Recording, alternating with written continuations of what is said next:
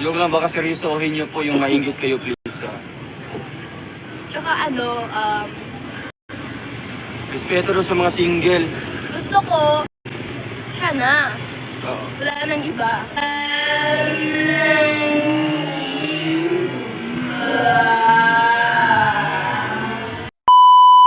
So yun na nga po no, mga kababayan, mga kalingap, talagang wala na, finish na.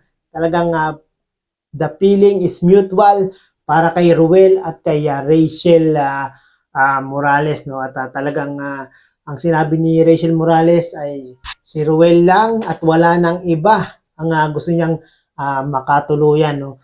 At sana nga po ay maging masaya na lang po tayo para kay Ruel at kay Rachel Morales. Yung kung ano yung mga magagandang nangyayari sa kanila, sana po ay talagang suportahan na lang po natin sila, huwag po natin silang i-bash, huwag po natin silang tawag doon komentan ng hindi maganda, hindi kaaya-aya, yung mga below the belt, dahil hindi po nila deserve na ma-komentan ng mga below the belt dahil nga po marami po silang napapasaya, marami po silang napapaligaya, marami silang napapangiti. At kakaunti nga lang daw po yung mga nambabash at nagko-comment sa kanila. No? So, majority po, ang susundin nila mga kababayan, mga kalingap, yung marami silang napapangiti, napapasaya, at napapaligaya. No? At i-continue nga lang daw po nila kung ano po yung kanilang ginagawa. No? At lalong-lalong na i-continue lang nila yung kanilang pagtulong at paglingap sa ating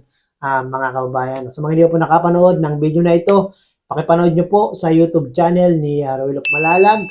At talagang mahaba po yung live ni Roel. No? Konti lang po yung maiksing video clip na ating kinuha. No? At maraming pong salamat mga kababayan, mga kalingap. Sa mga hindi po nakasubscribe sa aking munting channel, ano po natin nyo, pakisubscribe na po.